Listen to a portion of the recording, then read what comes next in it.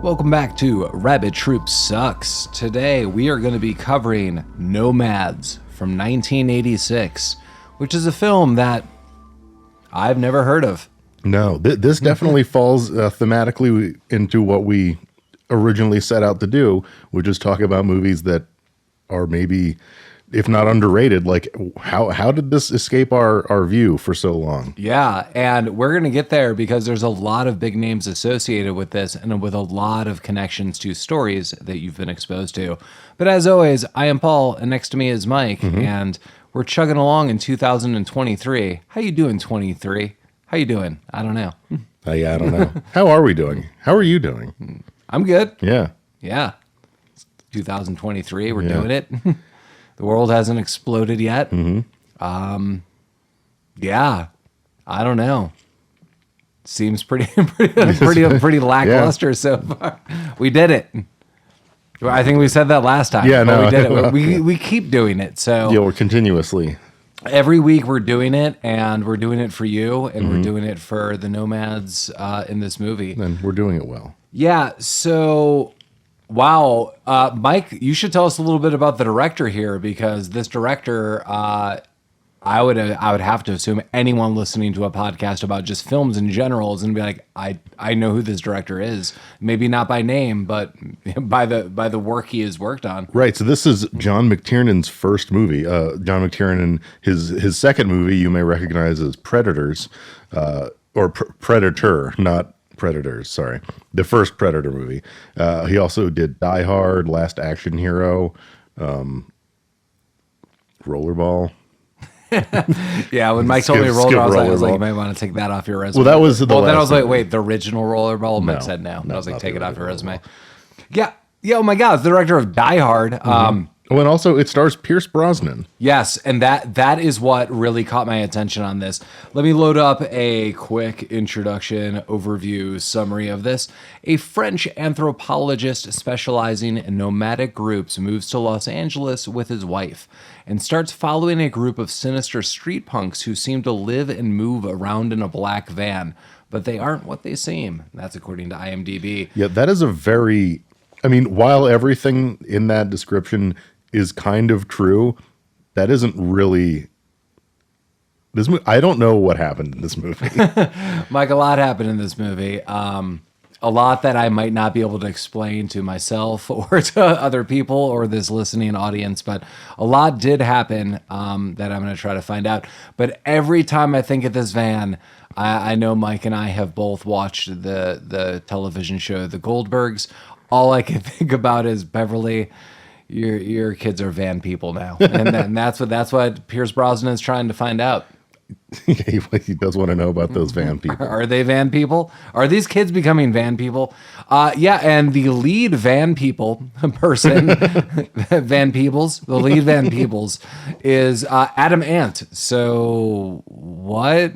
I again have never heard of this movie, and that seems just super bizarre that no one said anything. Didn't you say you read some trivia that like Arnold Schwarzenegger was like, this is the guy? Yeah, one of the IMDb trivia bits was apparently when they were leading up to making Predator,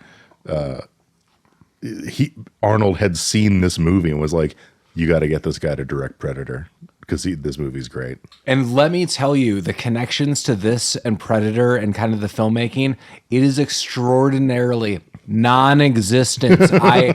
Well, Mike told me that trivia before I watched this, and I do have some like snarky notes going through my notebook. What on earth made you, like, not you, not anyone listening, dear Arnold Schwarzenegger, what on earth made you watch this film, Nomads, which I'm not saying is bad, just what on earth made you watch this and thought, that's the guy who should do Predator? Well, that was kind of referenced in the IMDb trivia. And again, like I didn't check my sources here, so I don't know exactly what's I think IMDb is pretty rock solid. I don't think we need to check those sources. But like, I'm paraphrasing here, but Arnold's reasoning was that he really liked how the movie told a story in a very like atmospheric, low dialogue way, and he thought that would translate well into Predator. I mean, it. I guess I could mean, have, but Predator that's is not what a Predator is. Predator is a much better movie than this. Oh yeah. Oh yeah. Like yeah. I mean, I understand. I guess if that was the vision, that's not what Predator is, and I No. do agree that Predator is a better film than this. But I mean, but this was also this guy's first movie as a director. There's a lot of pluses for me in this film. This movie for me, and I know we talk about how we felt afterwards, but I'm just going to say kind of how I felt now. This movie was almost amazing, but Yes. because it was 1 degree off from amazing, it sucked. Yeah, Mike, I actually couldn't agree with you more. That's why I was like, I don't want to discount. There are a lot of pluses in this film. Yeah. It just doesn't add up. It in misses the greatest- mark yeah. a little bit. Like this movie is worse than the sum of its parts somehow. I will tell you the part that never is a plus is Pierce Brosnan's French Oh accent. my god. Yeah, that's the elephant in the room. His French accent is atrocious. His French accent is like on par with a Simpsons character imitating someone who's French. Yeah, I Like, mean- like how you say Right, like it's bread. It's actually kind of racist. Oh yeah, I don't think it's kind. I mean, it's yeah, I guess not, but it is like offensively cartoonish. It is Right. It's like in the early episode, to reference The Simpsons again, in the early episode, Marge's bowling teacher who tries to like take her out to brunch, Oh yeah, but it's a very good meal. Like that's basically what this guy talks like through the whole movie. How you say meal? Yeah. Yes. Wow. Yeah. Okay. Well, this French anthropologist apparently and his wife have moved to Los Angeles. We never really know why. I just take it that he says somewhere is like he's got to teach. Like someone says something, I can't remember. He's like, oh, I'm going to teach a little bit. It might be to the real estate agent when they're moving in. Like, I've got to teach a little bit. And the wife's like, oh, like he complains about everything. But I really don't know why he's a nomadic expert. I'm not saying that as a diss. Like, he seems like he has studied maybe one or two tribes of people. I don't know if I'm just going to directly say, I don't think that qualifies you as an expert, just like of nomadic tribes. You might be very in the know of your field. Maybe you have some books, but he just seems like he's been like hanging around like for a couple seasons and has a lot of photos. Again, Yeah. I'm not saying like that to be a jerk. I'm not seeing expertise anywhere. Just No, yeah, I he's mean, done it. Right. That's a fair assessment. Like they don't really go into what his credentials are. Like, do they refer to him as a doctor? Like, is he a PhD? Like that's never known. He's there to teach maybe How you say? how you doctor. say doctor. Like he's clearly like a cultural anthropologist of some sort. Yeah, and like he has pictures in their house of like tribes and some Inuit people. But yeah, like it is never mentioned. Like they do mention that he is a famous anthropologist, but so maybe he's like a celebrity anthropologist. But yeah, there's no bona fides here. Like no one knows what he's doing. Right, and the background I just gave all of you is a little more than what we were given, actually. Correct. And that was to ease everyone in, to really tell you like there is this story happening, because the actual movie starts off with we get Dr. Eileen, who it is Eileen, right? Dr. Eileen. Yeah, Dr. Eileen, we know very little about throughout the entirety of this film. And we know Dr. Eileen is a doctor and is really tired. And they're called into Pierce Brosnan's like emergency room. And he's muttering gibberish, or maybe it sounds like multiple languages. And Yeah. we do learn that he does speak multiple, like a half dozen languages. When we're first introduced to him, yeah, like her and a couple other doctors are talking about like, you know, it's the night shift. I'm tired. This sucks. We see a clock. It's like 4:00 in the morning, something like that. And we start seeing a trail of blood on the floor. And there is a poor nurse who is cleaning up an astronomical pool of blood with like a single tissue for some reason. You don't know about the blood nurse? The blood nurse, yeah. But then that's light hazing at the hospital. Right. First day, you gotta, you know, pools on the roof, clean up the blood. We see a Pierce Brosnan who is covered in blood, handcuffed to a hospital bed, and I thought he was speaking in tongues at first. I didn't recognize it as a language. We watched this movie on Freevee. Is that? Yep. Yeah. And the sound was bananas. Like, if you ever watch a movie that's like mixed for surround sound, but it's like dumbed down into stereo and all the vocals are really quiet, but the ancillary noise is like really loud. That's kind of what we were seeing here. So sometimes you had a hard time hearing people, but like I didn't pick up on the fact that he was speaking a real human language. I thought he was just like speaking gibberish or something. I actually thought it was both, Mike. I thought when we kind of saw him that it was speaking in tongues, but when he goes and leans to her, he is saying something to her. Yeah, well, yeah, he is saying something to her in French, but also at this point, you are not introduced to the fact that he is French. You don't. Oh, correct. Yeah, like you see Pierce Brosnan and you think he is going to be an Irish man speaking English, and he is not. Yeah, so basically it's like, and he speaks something in French and is dead. Yeah, well, he's dead. So the nurse, He dead. Oh, he dead. Nurse Ellie. Shit, we just had this conversation. Eileen. Eileen, Come on, yes. Eileen. Nurse Eileen goes over to like do something to him, and he fucking pops out like he's That doesn't sound no right. it doesn't. He's everything's popping out. No, he like springs from his bed, like he rips one of the thing that he's handcuffed to off and like lunges at her. And they show her bleeding from the ear and getting stitches later. I don't know if he bit her or I don't know what he did to her goddamn ear, but he just like freaks out kind of. I don't think he meant to attack her, but accidentally did, and then he's dead. Correct. In the showbiz, you call that move "My Fair Lady." That's what they call that. That's Yeah. That's a little pro tip. So, I'm not in the industry, so I didn't pick up on that. well, when you hear the lingo, Okay. you know you belong. Perfect. Just like a nomadic tribe, Yeah. they've adopted you. I think this is basically like an allegory for Boba Fett. Like basically, Is it? Yeah. No, I didn't pick up on that either. I'm not an expert though. Yeah, I think this is where they got it. I think just if you're a fan of Star Wars and you're like, wow, what an original story, and you watch Nomads, you're like, that 1986 movie really told the story of Boba Fett and the back to tank. And Where do the mods come in on their stupid space scooters? that's the van people. The van people are the mods, yeah. That's Adamant. I mean, it's writing itself. Yeah. Goody Two Shoes. Goody Two Shoes himself. Adamant and Mrs. Goody Two Shoes. no, what's the other Dr. Goody. the other musician in this movie, like the weird racist one? Ted Nugent. Ted Nugent, yeah, Ted Nugent. I didn't like he's listed as an Maybe. actor in this movie. I know he did some of the soundtrack. So okay, to backtrack, the soundtrack for this movie fucking slaps. Yeah, the soundtrack's like super fun. I even noted the score itself. I mean, Yeah. you've really got to be into it. I'm into it. It's super synthy, kind of role playing 80s music. Yeah, the love first it. song that plays, I don't remember what scene it is. I wrote it down, but I don't know what scene it was. That first, that synthy like drum track, that was dope. Yeah. And then the rest of the movie is like guitar shredding, and it's kind of awesome. Yeah, it's super weird, like glam metal. Like Yeah. I wrote that it sounds like crawl metal. That's my new genre, where it's like Crawl metal? Yeah, I just kind of imagine like weird rat videos and stuff where people are always just like crawling and squirming around. Like if the band's not playing, it was always like a half dressed woman, like just like gyrating on the floor. That's the kind of music that we're listening to.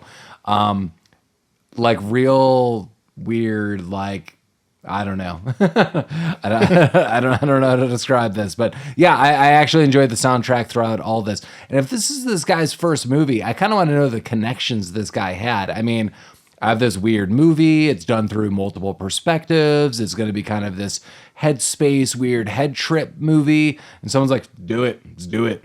This Right. guy's going to go on direct Die Hard. Best Christmas movie everyone has grown to love. That's true. But yeah. So the music is good. I don't know where Ted Nugent was, but he was in this movie. Also, for all of your crawl metal, nightprismband.com. That's the hot spot for. I like that. Yeah. Yeah. that's the only place. Yeah, I should put something there. Probably. Where are we? Oh yeah, I don't know. Okay, well, she is the doctor, Dr. Eileen. Mm-hmm. She's okay. Like I don't know, Pierce Brosnan kind of attacks her, but not like accidentally. I know it Yeah. sounds like kind of weird. Like he's possessed. Well, yeah, he's freaking out. And he kind of lunges at her. It's like literally his last move on Earth. Right. Like, I mean, you can't really blame this person. He's having weird spasms. But she gets a ton of stitches for this. And Yeah. I did not see that at all. I mean, the doctors take like 5 minutes to put in stitches. I kind of like the scene because they're talking to her, and it's kind of an interesting scene where it's, you're clearly a doctor, you know what's happening, you know what needs to be doing, or we need to be doing, but it's like one stitch, and she's really not enjoying it. No. But yeah. Yeah, I like the beginning more of this movie more than the end, because like at first, you see Pierce Brosnan, he dies immediately, and then no one really talks about him for the next 10 minutes. It's just like people in a hospital going about their thing. They're like, that sucked, that was weird. And you just kind of I was hooked at the beginning. I was like, I want to know what's happening. Nurse Eileen goes home to her sad apartment where she has a mattress on the floor. And I feel like maybe they were trying to tell us something with this, but it didn't land with me, whatever it was. But yeah, like mattress on the floor. She opens up her fridge and there's like 5 V8s and some English muffins in there. It was, I wrote that, Mike. It was V8s, English muffins, and maybe like a third of a jam. Right, yeah. Like, oh, man. So, but I mean, she's got her fruits and veggies covered. Yeah, good job. And she takes one of those V8s and she goes and like cries in her bed for a little while. As you do. Well, with V8, yeah. Should have had a V8. And then she has some weird dreams. There's some dreams all throughout this film. People are having weird dreams. Sometimes they're real. Sometimes they're not. Sometimes they're a little glimpse into what's happening. I don't know. Yeah. Take your Harry Potter knowledge and throw that out the window. You don't know. No, you don't know. Well, so she does. She has a conversation with her friend, other female doctor. I like the friend. I Yeah, also she was don't know. great. I don't know this person's name. They're No. never really introduced. No one really says anything. I'm gonna look this person up. I want to know her name. But this is, I feel, one of the unsung heroes of this movie because she's kind of tough as shit all throughout. Like, Well, she was easily the best actor in this film. oh yeah, And her character was like the only person who was doing normal things. yeah, for like, the hey, my circumstance. friend, like, eventually my friend disappears. Like, I'm gonna go find her. Like, all right, like, you seem like a Right. reasonable person. Yeah, all while Dr. Eileen is losing her goddamn mind. Okay, since Paul's doing stuff, I better look at my notes. Yeah, so they're having a conversation. They find out that he was an anthropologist. Like, oh, he was kind of. They mentioned that he was famous in some way. That neither of them had heard of him. It might be Cassie. I think it's Cassie. No, that sounds right, Dr. Cassie. But now we see Dr. Eileen is starting to have flashbacks. And from here on out, the rest of the movie is jumping back and forth between Dr. Eileen, and I'm guessing this is what's happening because I genuinely don't know. Dr. Eileen reliving moments from Pierce Brosnan's life. Yeah, and you are correct. Okay. And sometimes this is done in just kind of like sit down vision format where Right. like the visions and these experiences are basically absorbed into Right. her. It's and kind of she's like a dream. Or sometimes we find out she's she's step by step doing just things, yeah. reenacting those things, which involves the wife later on. I'm like, well, how is this happening? What's going on? The way the movie was cut together was kind of interesting because there were a couple times, and clearly this was a deliberate choice. I personally think it was a bad choice, but it was obviously deliberate. Where they would you would see like Pierce Brosnan in one of these flashbacks, like doing a thing, and he would look over his shoulder and see his wife, and then you would just snap ahead to the future. And it was Dr. Eileen in that moment.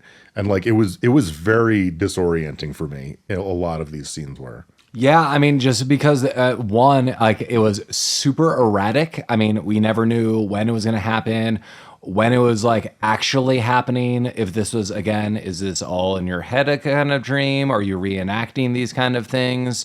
Yeah, I totally agree. Like the cutting and the pacing of all of these kind of perspective moments, which actually is like, for me, a strength of this film, these different perspectives, but the execution of it is the failure for me. And Yeah. maybe, Mike, that's where you're saying this movie like was a step away from being like kind of brilliant. But the editing and kind of just how it's all put together, just not so brilliant. I don't think it was terrible. I don't think it was like, wow, that was just straight up awful. I'm just like, No, I enjoyed watching it. I'll probably never watch this movie Yeah. again. But if for you listeners out there, like spoiler alert, I'd watch it. Even knowing what I know now, I would watch it. Like I wouldn't watch it again, but like after you listen to this, if you're having thoughts on should I watch this movie, I would. We can talk more about that at the end, but yeah, I mean, it's almost really good. There's a lot of worthwhile stuff. You'll see the older woman from Happy Gilmore. Happy Gilmore's grandmother is in this movie, correct? So take that, world. And she has been that age forever. That is correct. But so we're kind of having kind of a long form flashback here, and we see Pierce Brosnan and his wife. I don't know what his name is. I don't know that I ever picked up on it. I probably have it written down somewhere. It's Jean Charles, but I just wrote PB everywhere as Pierce Brosnan.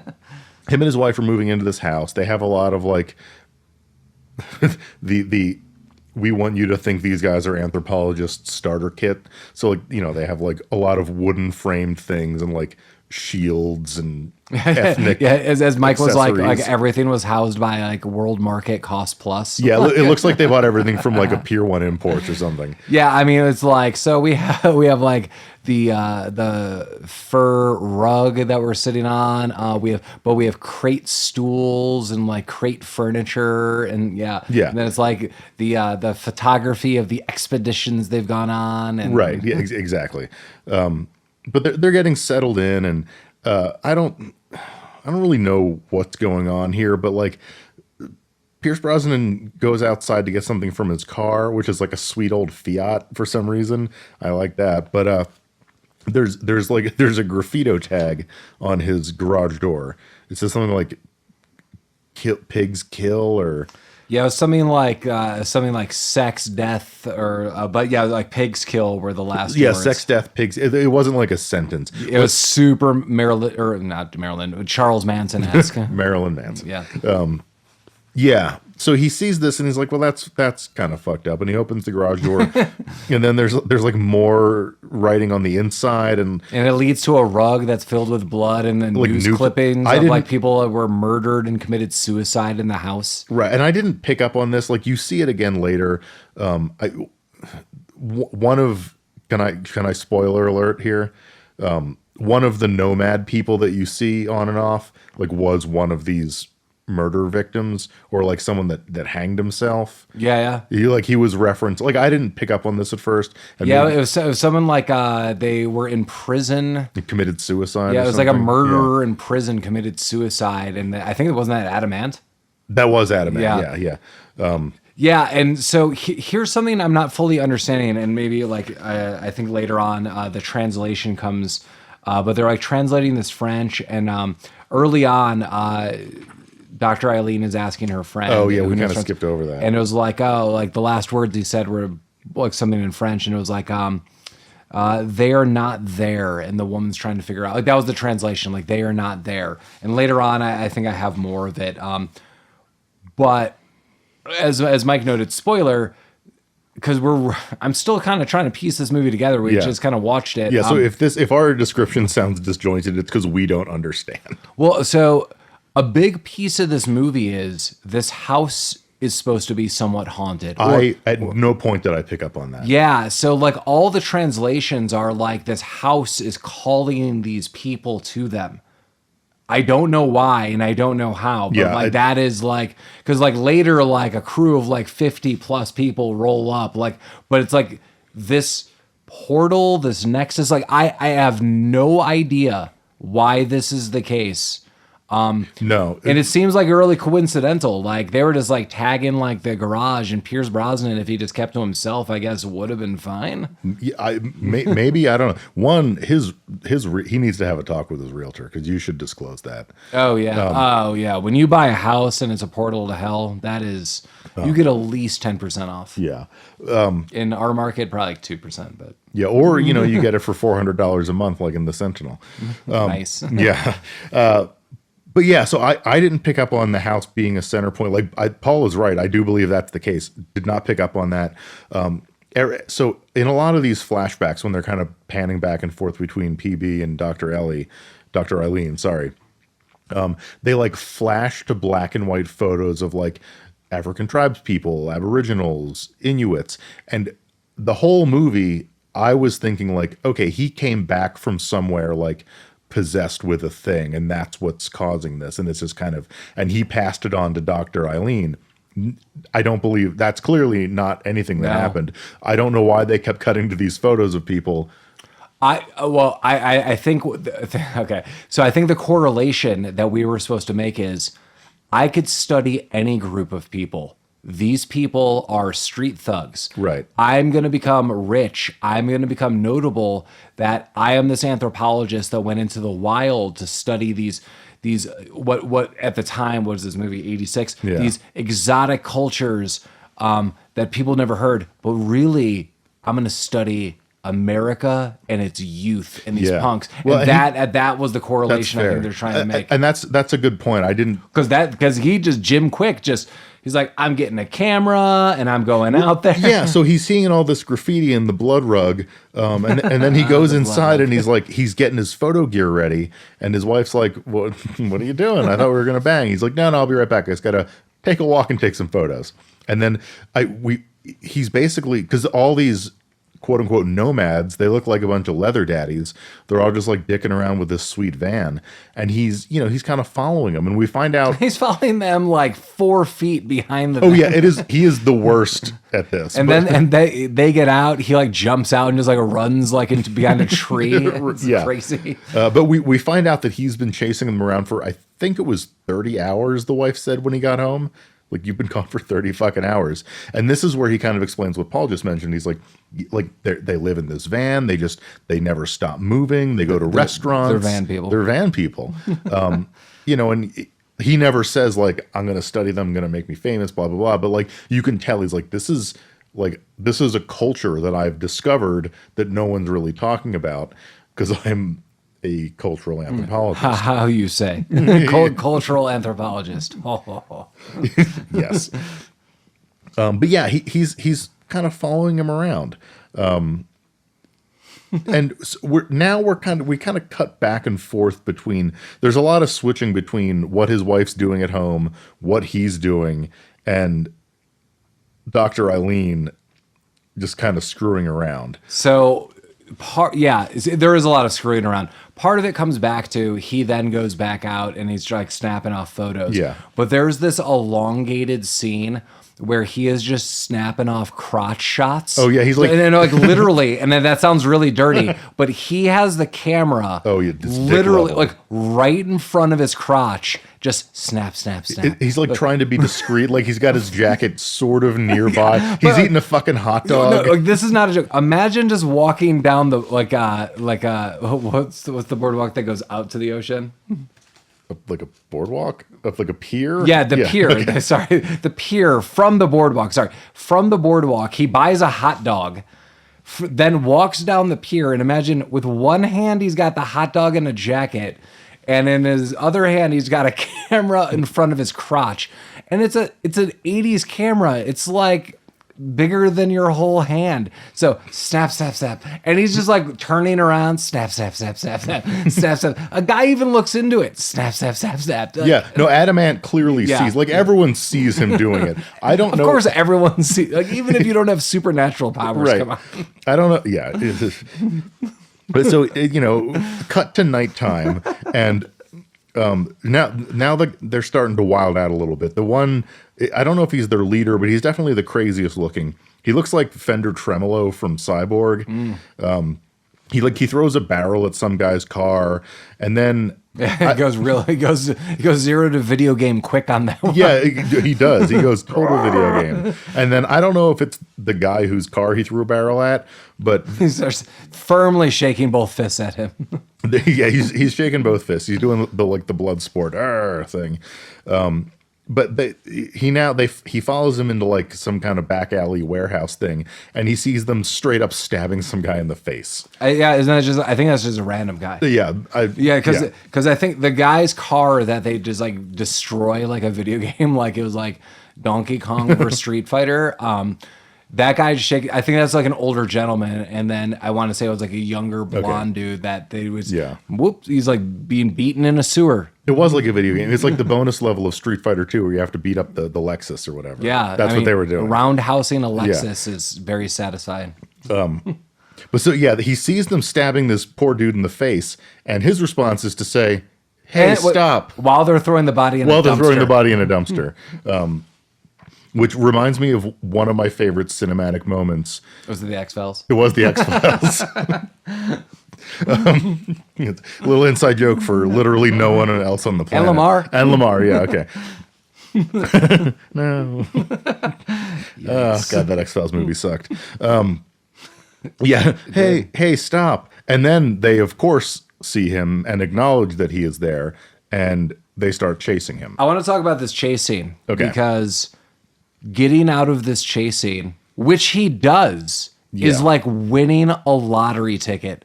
And this guy just won't give it up. So all the thugs are like, it was very comical. It's like, get him. It's like, snap, get him. Yeah. Like, he doesn't really do that, but like Adam He kind of basically does. kind of gives him a look.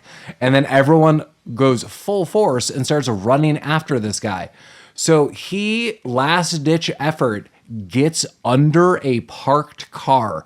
It's kind of beaten down. It seems abused.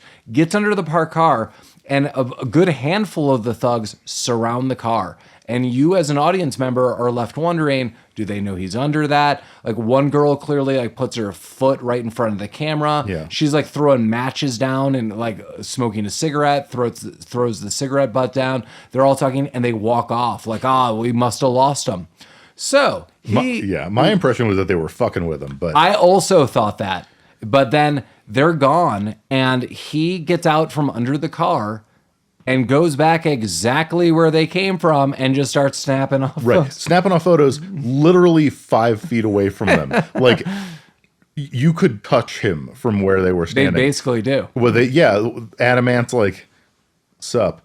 And he sends one of the sexy nomads over to do like some kind of awkward strip dance on the trunk of a car, which he is taking a photo of. And this is not an exaggeration. The camera is maybe 6 inches away from this person as he is snapping these photos. That's correct. With a humongous grin on his face. Yes. He's really enjoying this. Yes. But we don't see any more of this. We cut to him at home. He's talking to his wife now, and his wife starts slapping the shit out of him. She does. She does. And he is trying to justify it. It's like, hey, no, they're nomads. And now we know why the movie's called that. I like that. That's how Mike told the story. I wrote, gets home, tries to diffuse things. Okay. No, He does not. no, he does not diffuse things. He ignites things. So now we're cutting back to present time. Well, not a PB flashback. We have other doctor, Cassie, normal person doctor. She is now with police in Dr. Eileen's apartment. She's looking for this person. Yeah, she's also like in charge of it too. It's just like, Well, hey, like, no the one phone's else- ringing. Like, maybe we should pick up the phone. They're like, oh, okay. Yeah, the phone's so she picks up the phone and like, There's like some professor, some anthropological or like language arts. Yeah, like we're meant to, we infer that like Dr. Eileen has previously, after, sometime during this happening, she called an old colleague of hers from school, and he's like trying to help translate something that, like something that Pierce Brosnan said on his deathbed. Yeah, I think. It is. And he's like, we really couldn't find what we're saying, but we have this, Inuit translation. It really kind of highlights that it's going to be like disastrous and madness. And basically like it's highlighting that there's this entity could like take on a human form. This like spiritual nomad could like take on a human form. But that's all we got. She's like, oh, that's great. It was kind of funny because the guy's like, well, I don't want to really get into it. There's a lot of jargon and stuff like I can call back. She's like, no, tell me. No, she's like, I'm curious. He's like, all right. The guy's like, I got nothing. No one ever calls my department. This is the best day of my life. Right. He was excited to help. But yeah, so, she takes down these notes and she's kind of piecing together like, okay, my friend's crazy now. But, she's concerned. Like, she's trying to figure out what this guy said. Like, that clearly has affected her. She doesn't know that she's having weird flashbacks, but she knows something's up. Now I think is when we're back in Pierce Brosnan land, and we have a photo developing montage because he has like a dark. You laugh, but I mean that's I'm laughing where this goes. Okay. So yes, we do have a photo developing montage. And then he develops the photos, and it's everything he's taken, but none of the people, none of the group of the van people are there. So there was there was a couple pictures he took in front of this building that was the address was 539, a bunch of pictures with Adamant, and it was like him looking one way, him looking down, him looking off, and like very notable pictures because as he was doing it, it was kind of a freeze frame with each picture in the film. So it was like, snap, there's this picture, snap.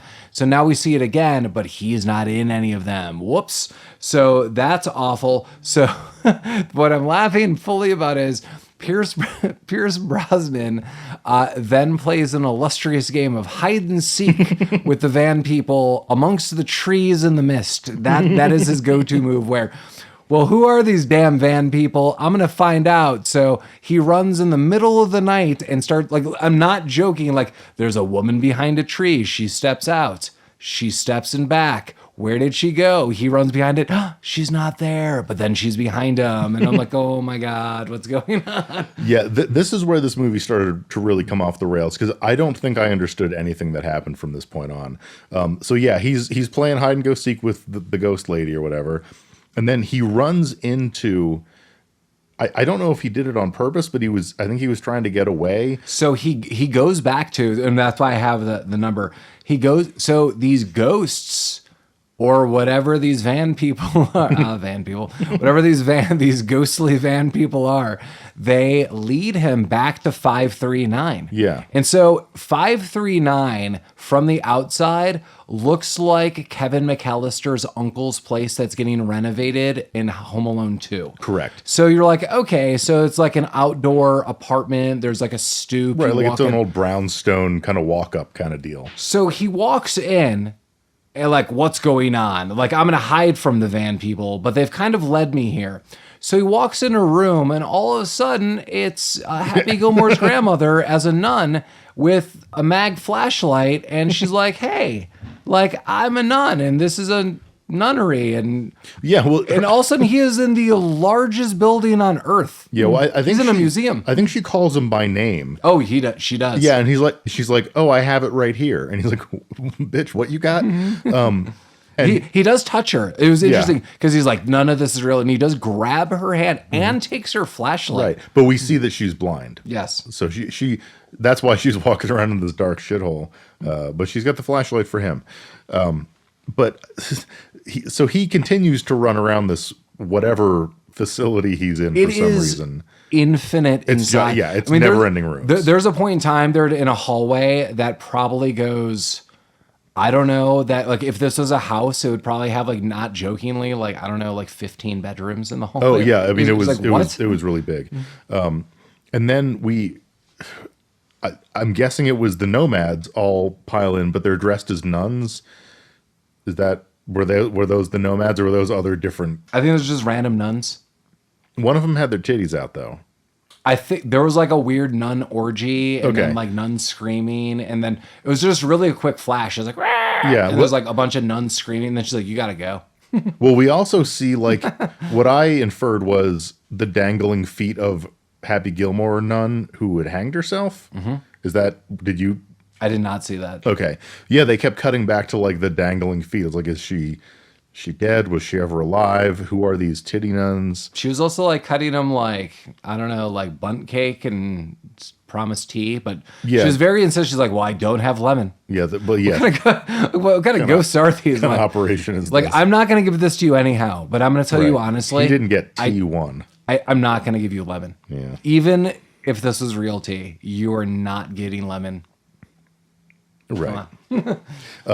Yeah, so I don't. Well, she also tells him something. Okay, She's like, what does she tell him? You could pack up right now and leave and just run. Like, you could start a new job and start a new profession and you could get out of this. Like, you could literally do this right now if you do this, and you should probably go.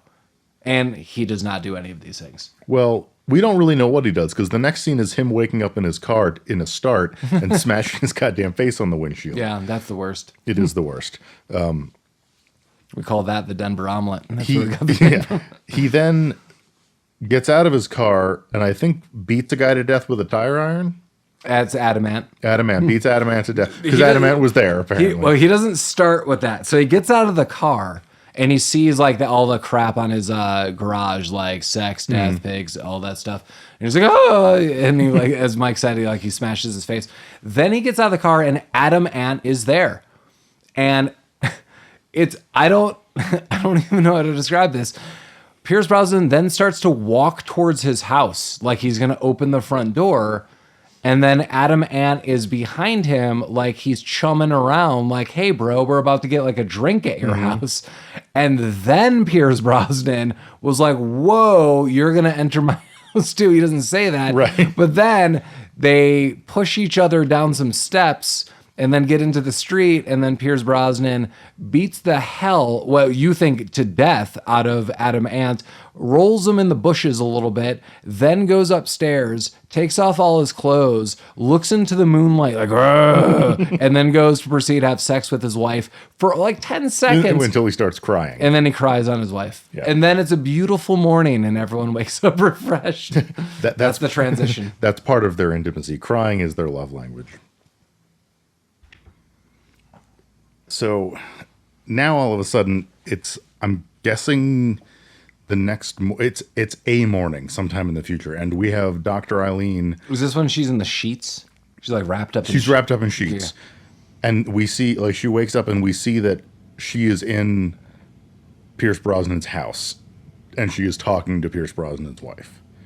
And I don't know what's happening. I don't know how any of this came to be. I'm kind of at a loss here because this is what I said before. I'm like, was I just taking too many notes? Sometimes when she's having these visions, Dr. Eileen, this is, sometimes when she is having these visions, it's just like, I remember. But sometimes she's reliving things. Right. So she is wrapped up in sheets next to Pierce Brosnan's wife. Pierce Brosnan's wife is in a robe. Right. I thought they just slept together. I also thought it's that. heavily alluded to.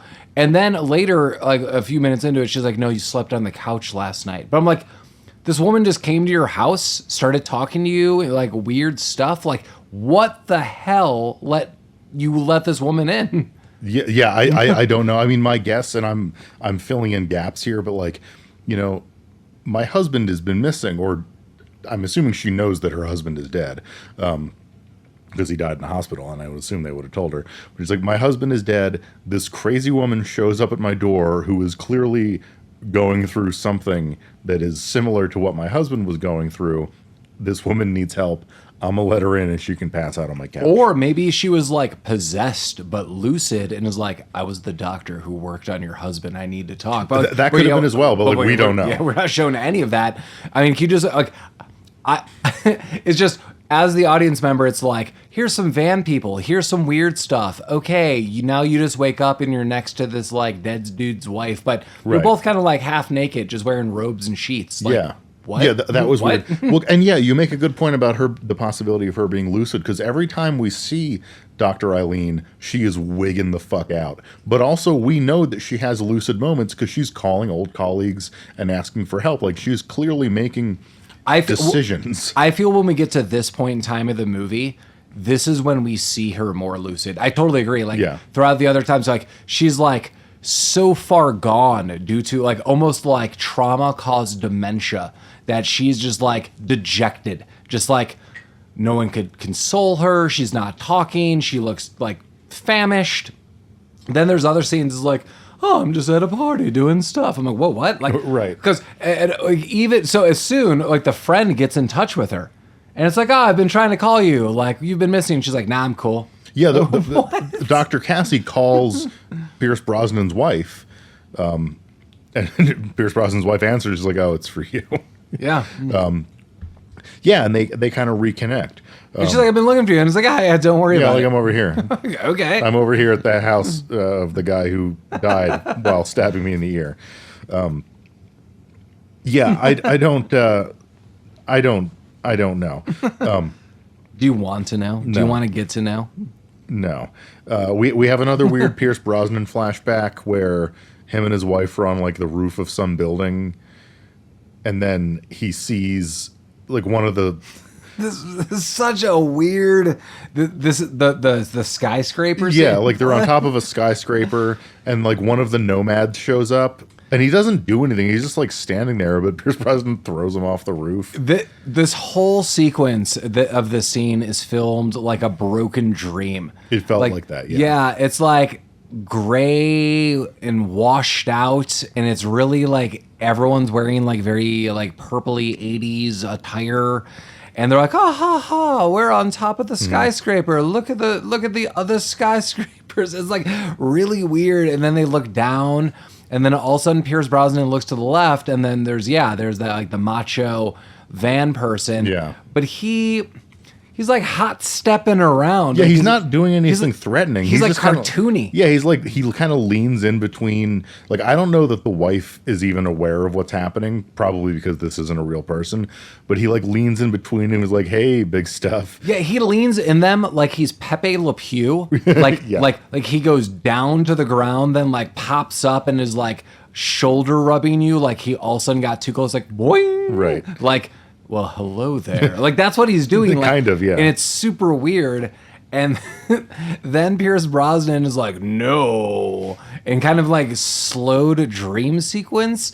And then he's like, ugh, and throws the guy off the roof. If I'm not mistaken, the guy flips him off on the way down. Yeah, he does. Nice. That's correct. Class move. That is Yeah. a classy move. So I don't know what the context of this flashback was. Again, at this point, this movie is just it's kind of going bonkers. That was just a straight fake dream. Yeah. That the doctor has. That never even happened. Oh, okay. That's Dr. Eileen's dream that she wakes up from. Well, she does wake up, and so that's the bonks Right. thing of this film. Like, you're like, which perspective? Sometimes it's not even a perspective. sometimes it's just no some one's. It's random just- dream. yeah. But when she was talking to Dr. Cassie on the phone, Dr. Cassie was like, "I'm going to come pick you up. Like, we've got to get you out of there." And we see Dr. Cassie going for the drive, and we never see her again. I don't know if she makes it or not.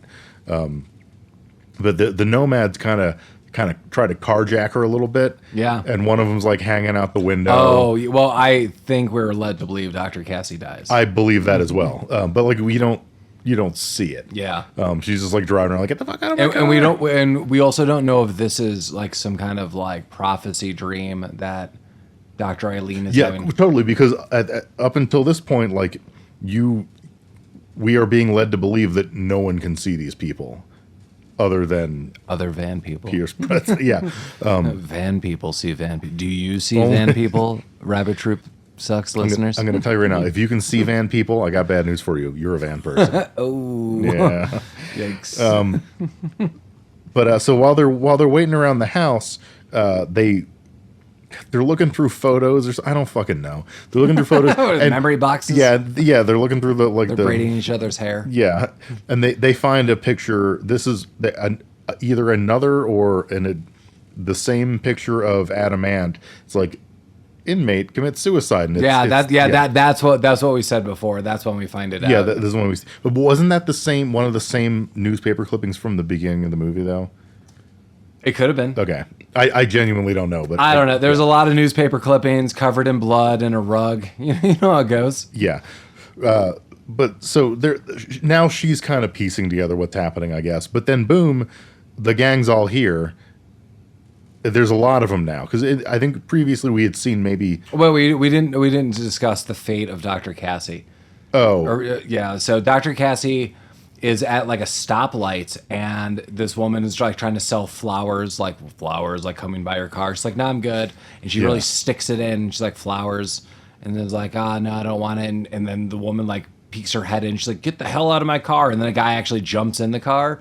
It's crazy because she drives off, and this is the real stunt work. That he's guy just hanging out of the car. Yeah, there was like a real human being on the side of a car, and she clearly sees this and just tries to like U-turn, like, and just side swipes. It looks like driver's side first, like right into a Mack truck going head on, and you don't see her die, but that's when you see you never see her again. Yeah. But yeah, so yeah, but now when Dr. Eileen wakes up. Yeah, when Dr. Eileen wakes up. But yeah, so previously we had seen maybe like 6 nomads, and now on motorcycles there's like 100. Oh, like going into the house? Yeah. Oh, There's yeah. a bajillion people now. Yeah, it's kind of funny too because they're like running in. They're like, "Oh no!" And so they look outside, and like people are like, no joke, like people are coming from like down the street. Right. Like there's like a rally parade, and like my heart sank for Dr. Irene, was it Eileen? Yeah. Eileen in this moment, because I was like, "Ooh, you screwed now," because it's seriously like, holy crap, like 3 people you might be able to fight off, but you've got Right, like it's all of them now. Yeah, you got people's got vehicles, they've got guns. Well, one of them is on a motorcycle, and they drive that motorcycle directly through the window of the house. Yeah, they'll come in any way, shape, or form. Yeah. So they're coming in. They're kind of chasing him around the house, and they decide to hide in the attic for some reason. Yeah, I mean, I feel they're just trapped at this Yeah. point in time. So they have one of those pull down ladders that they just immediately pull down and start running up. Yeah, And there's enough bad people in the place. They could have easily pulled them down. Oh, for sure. And so they kind of start bashing through the little. It's like whenever I see that kind of pull down ladder attic thing, I always think of Christmas Vacation. Right.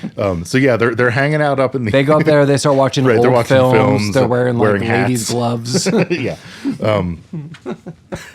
But yeah, the Nomads are trying to break in. They're busting through the door, and then they stop and they all leave. I guess They don't just stop. So like disappear. the woman who had flowers that Mm-hmm. helps kill Dr. Cassie, she's like the last one to come. Well, she's like the main person in the attic. Like imagine the attic like entrance with that ladder, like that trap door. She's there and she looks at the wife, and the wife gives her kind of a look like I've got it. And then the woman's like, and Yeah. sulks Oh yeah. back. Like she peeks her head up. They're making eye contact. Yeah, like the wife gives her like I got this, and is petting the doctor's head. And then that's what we see. We're like, all right. And then like the whole crew leaves. It reminds me of Weird Science when they like stand up to like the party. And like all the Mad Max people come in and they're like, get the hell out of here. And they're like, whatever, call me if you ever want to get coffee. Like, Yeah. I'm a teacher. Like, I hope you don't bring this up. Like, and everyone just kind of backs up. Like, that's how people leave. Like, oh, sorry we destroyed your house, but like, whatever. Like, all right. Like, what? Yeah. They all just kind of like slowly back out of there. And then Yeah, I wrote, is wife in on it? Demons stop. yeah, no one knows. But wife and Pierce Brosnan's wife and Dr. Eileen get in a car and just get the fuck out of there. And as they're driving, they see a motorcycle. And the motorcycle, they're like, oh, fuck, it's them. The motorcycle swerves and pulls over into like a rest stop. And surprise, it's Lorenzo Lamas. That's exactly what I wrote down also. Are you serious? Yes. Yeah, this is a straight up renegade moment. Yeah, so like the motorcycle pulls off and like pulls the helmet off and like doing the hair shakeout, and then the pan and we turn to see it's Pierce Brosnan looking back all fucking sultry. Yeah. What was he wanting? I don't know. Like, hey, stop. Yeah, like, look, it's me. I'm a nomad now. No one knows what he wants. But then they continue to drive, and we see that they're leaving California. And as soon as they cross the border, he drives away. Yeah. Which I guess it means that the Nomads are only in California. I think it means that I'm sorry, listeners in California, but if you live in California, you are a ghost, and you're a van ghost person. And when you leave California, you could start a new life somewhere else. I think that's the moral of the story. I think is a moral of the story of the director probably being like, I need to get off all the drugs I'm doing and leave California and maybe put my life back together. And I need to write Die Hard and Predator because I have a life mission. Yeah. I have a calling. A Christmas calling. He does have a Christmas column. So how did you like Nomads here, Mike? Yeah, well, I mean, to echo what I said before, like, I'm glad I watched it. It was interesting, and I feel like with a couple tweaks, this movie could have been really good. One, Pierce Brosnan did not need to have a French accent. I don't know why anyone made that decision for any reason. Like, whatsoever. it didn't enhance the story. Like, the actress who played his wife was French. Yeah, I mean, But, why? like, who gives a shit? Right? Why couldn't he have just been himself? Like the fact that he himself was a French anthropologist, I agree with you, added absolutely nothing Right, to yeah, the story. Like he wasn't. It didn't matter. I mean, and again, if it was it him needing to know French, they said he knew half a dozen languages. French could have been one of them. Yeah, I mean, He like, could have spoken. right, okay with his French with his normal wife, English right. accent, and, you know, a lot of people in Europe know more languages than we do here in America. That's more normal for them. I don't think anyone would have batted an eye at a British anthropologist who knows French. Like, How dare you? I'm sorry. How dare you? Sorry, that was insensitive. He's Irish. Top of the Maru, sir. Oh, it's a Now, if he had that accent, Oh, it's me, Pierce Brosnan. can you use that accent in a dire circumstance? Like, I'm a van person that has broken your house. What's your reaction? Oh, my wife. The Nomads, they're after me. I got Pier this 1 one. imports. I got this one. I'm on a crate. I'm petting this porcelain elephant. We're gonna be okay. You want me to light a candle? They were after his Lucky Charms. Do you need bath beads? He How needed many some curtains bath do you need for your house? Do you sleep on a sack? Do you want to sleep on a sack? beads. I sleep on a race car bed. Do other cultures sleep in race car beds? Yes. What cultures are they? Let's talk about those cultures. Did you read any other trivia about this film or this director? I mean, I'm just kind of curious because, I mean, this is just miles away from Predator, Die Hard. I mean, this the director also wrote this. This is more my fixation with it. It's not that, okay, the director did this and then it did Predator. I'm like, wow, the director wrote this film. I mean, this clearly meant lots of things to this director, or these Yeah. allegories or these metaphors. I don't know what's going on. There's not a lot of amazing trivia. Here's a piece. The person that calls to, like, explain things that Dr. Cassie talks to. The guy we don't see on the phone? Yeah. I think I know who that guy is. Who is it? I don't know his name. It is the director, John McTiernan. Oh. Well then, I did not know the answer. Pierce Brosnan worked again with John McTiernan in The Thomas Crown Affair, Oh yeah. which is a movie. Yes. Tis. Isn't it a remake? Yes. Yes. Yeah. Okay, maybe this explains the dumbass French accent. The film's protagonist, Pommier, is that his name? I have no idea. But- Okay, well, that's what it says. Was originally meant to be played by legendary French actor Gérard Depardieu. Wow. But he said, no, I don't want to do this. And Pierce Brosnan was like, okay. Said nah, brah. This was his first movie role. Previous to this, he had only been in Remington Steele, or was known primarily for Remington Steele. Interesting. I mean, that was still brought up when he was James Bond. Like, oh my God, but this is his past. Like, that's wow. Okay, that's interesting. Yeah. Yeah, no, that's not interesting. Second screen appearance from legendary singer and songwriter Josie Cotton. Yes. Yeah, she was in here. Yeah, the heavy metal part of the music was by Ted Nugent. Nice. The Nuge. Yeah. The real estate agent from the beginning is Nina Falk, a classic film noir star and scream queen of the 40s and 50s. Classic. In the French dubbed version, Pierce Brosnan's character is not French. He's German, and he's called Johnny Bauman.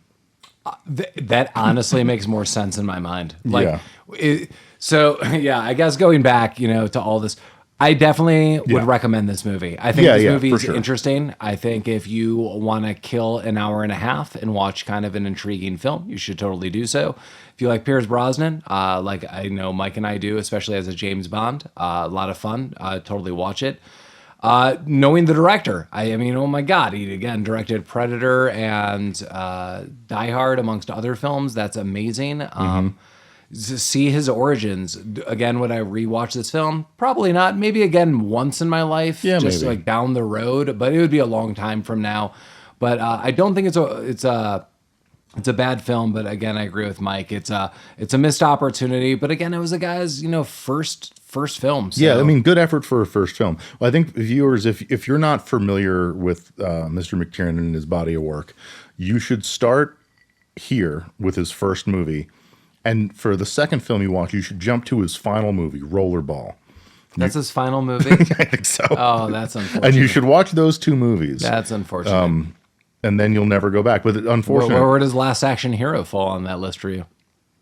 Like chronologically, or like for the viewer's recommendation. Well, no, I mean, if those were the only two you watch, you would probably never go into anything else.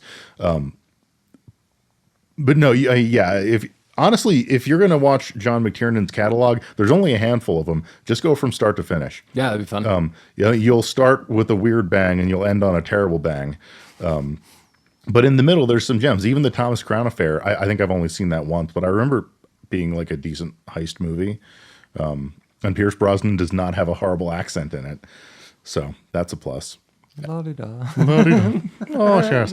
But yeah, Last Action Hero is dope. We should watch that again. I haven't seen that movie in ages. I think Lamar would be down for Last Action Hero pretty much at any point in time. Do you think that's a movie that we could talk about? Is that like, I mean, to me, it was a pretty well-known movie. I don't know if that falls into the theme, but I do like it. I don't know. I mean, I think because we were alive and we witnessed it, that's one thing. But like for anyone listening to this, that's the newer generation, like, what are you talking about? Like that is an Arnold Schwarzenegger film that's buried like E.T. Yeah, Atari. That's yes, that's fair.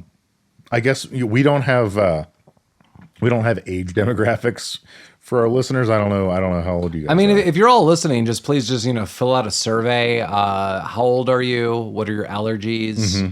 Where do you live? What's your income? Yeah, if you're really young, what your parents' credit card numbers, whatever you use to buy like legendary items on games. Yeah. If you just want us to hold on to your like PayPal and Venmo information, I mean, that's fine. I mean, we'll only use it for emergencies and lunches. But you can send all of that and any other things to rabbittroopsuckspodcast@gmail.com. We actually, I believe, got a couple recommendations, a couple listener suggestions. Hey, one of our listeners, Colin, we will be talking more in touch with you soon. And I believe we might have gotten a secondary request as well. We'll have to talk about that off air. We'll have to talk about that offline, yeah. Well. But you can also find us at Rabbit Troop Sucks Podcast. You can listen to us on the website. And I was talking to one of our listeners who actually had a couple pieces of feedback from someone that they recommended listen to us. So that we're gaining listeners, which is good, and we're getting feedback. This feedback was passed on to me, and we'll talk about it off air. But apparently, people do listen to us on the website. On the website? Yeah. Interesting. So for people who do go to the website to stream the episodes, previously we only had the 3 most recent up there, and it would just kind of cycle through, so you couldn't go back. Now you should have access to all of them. So you can listen to the whole catalog on the website now. And you visit us on Instagram or Facebook? Yeah. So that's how to find us. Say hi, make recommendations. If they're good, we'll probably talk about them. Yeah, or if you're like, I want to be a local sponsor, and they're like, I want these guys to eat my sandwich. Okay. Yeah, if you want us to eat your sandwich, literally, figuratively, metaphorically, we'll eat that sandwich, viewers. We'll eat whatever you got for us, especially if it's money. And coming up next, I can't directly say what we're going to be covering, but let's just say it's going to be an extension of a New Year kind of time. So buckle up, buddy. Oh, I feel threatened because we're going to have a good time. But yeah, thanks for listening. As always, stay in touch, as Mike said.